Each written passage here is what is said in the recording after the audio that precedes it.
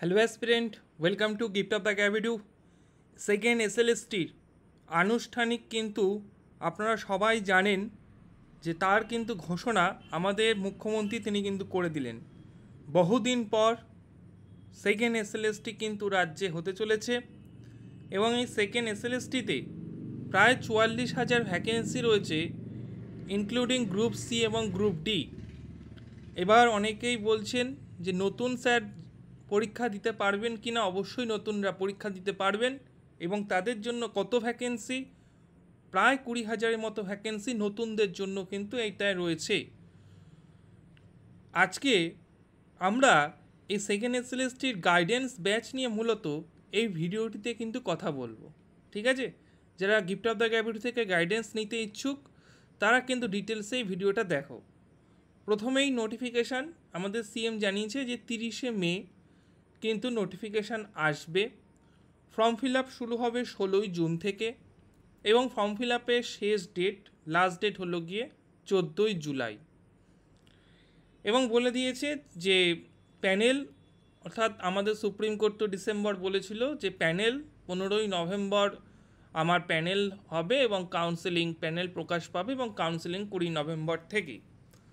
সেক্ষেত্রে তুমি এক্সপেক্ট করতে পারো যে পুজোর সময় কি পুজোর পরেই এরকম কিন্তু দুর্গা পুজোর পরেই এক্সাম কিন্তু হবে, তুমি স্যার এক্সপেক্ট করতে পারো, ঠিক আছে? কারণ তার মধ্যেই প্যানেল প্রকাশ হয়ে যাচ্ছে, তো তার মধ্যেই কিন্তু আমার পুজো ওরকম সময় কিন্তু পরীক্ষা পুজোর আগে কিংবা পুজোর পরপরই হয়তো পরীক্ষা নেওয়ার সম্ভাবনা বেশি রয়েছে। এবার বলে রাখি যে স্যার গিফট অফ দ্য ক্যাবিডু থেকে যারা এসএলএসটি প্রিপারেশন নিতে ইচ্ছুক তারা কি করবে?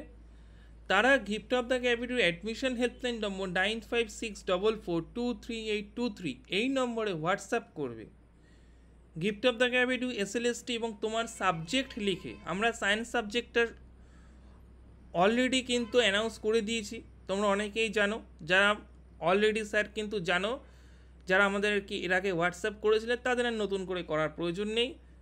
এখন যারা করনি, প্রথম স্যার হয়তো ভিডিওটা তোমরা দেখছো বা তোমরা প্রথম জানলে, তাদেরকে বলবো যে গিফট অফ দ্য ক্যাবিডু এসএলএসটি এবং তোমার সাবজেক্ট যেটা সেটা লিখে আমাদের কিন্তু অ্যাডমিশন হেল্পলাইন 9564423823 এই নম্বরে যোগাযোগ করবে। যদি তোমার সাবজেক্টের সিলেবাস না জানা থাকে অবশ্যই কিন্তু আমাদের, তুমি যেখানে হোয়াটসঅ্যাপ করছো সেখানে বলবে, আমরা কিন্তু দিয়ে দেবো। এছাড়াও গিফট অফ দ্য ক্যাবিডু টেলিগ্রাম তুমি যদি দেখো সেখানেও পেয়ে যাবে, আমার দেওয়া ছিল। আরেকটা কথা হলো নবম দশম, ঠিক আছে? আমরা কিন্তু শুরু করেছি নবম দশম, দেখা যাক আমরা একাদশ দ্বাদশটা কতটুকু কী করা যেতে পারে। কিন্তু আমরা যেটা স্যার শুরু করেছি সেটা হলো 9-10, ক্লাস 9-10।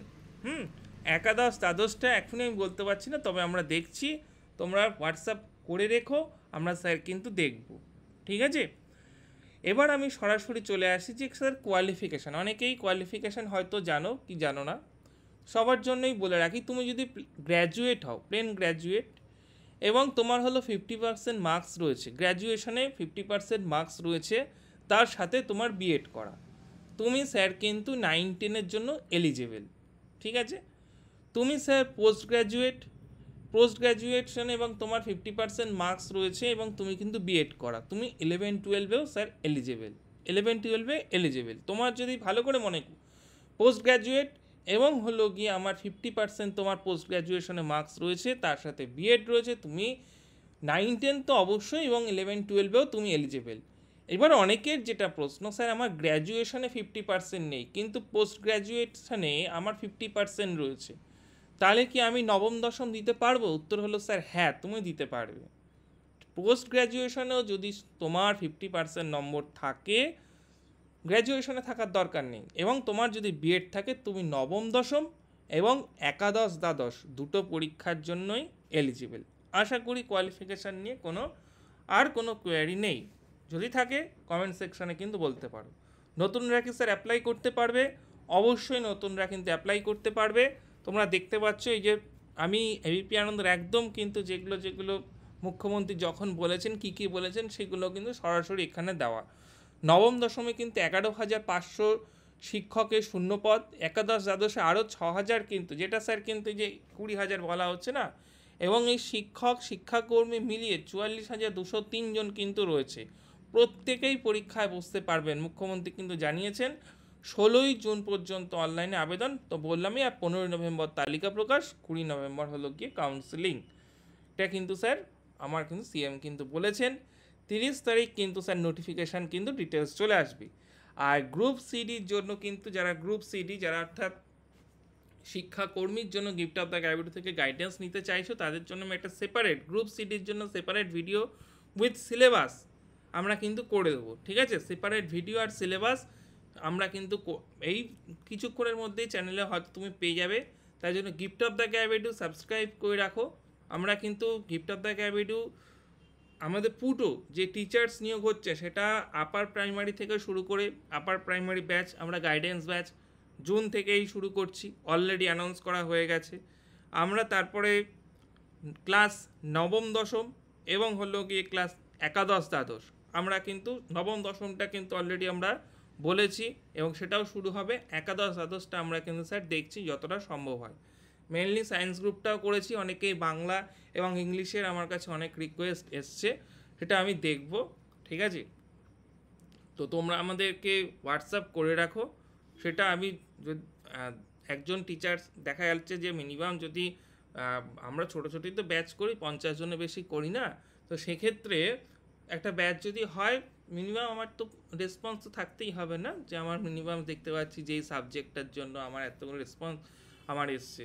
তো তারপরে আমরা কিন্তু ডিসিশান নিই যে আমরা এই সাবজেক্টটার জন্য পরবর্তী সময় কী এগোনো যায়। তো সেটা আশা করি আমরা চেষ্টা তো স্যার করছি, কারণ তোমাদের ডিমান্ড প্রত্যেকটা সাবজেক্টেই রয়েছে এবং আমরা চেষ্টা করছি সম্পূর্ণভাবে কিন্তু যতটুকখানি গাইডেন্স আমাদের তরফ থেকে বেস্ট দেওয়া যায় আমরা সব সময় চেষ্টা করি এবং এই সময়ও করব। তোমরা আমাদেরকে gift of the gravity SLST লিখে এবং তোমার সাবজেক্ট লিখে তুমি কিন্তু আমাদের অ্যাডমিশন হেল্পলাইনে কিন্তু হোয়াটসঅ্যাপ করবে 9564423823 এই নম্বরে। ভিডিওটি অবশ্যই লাইক করে দিও, শেয়ার করে দিও।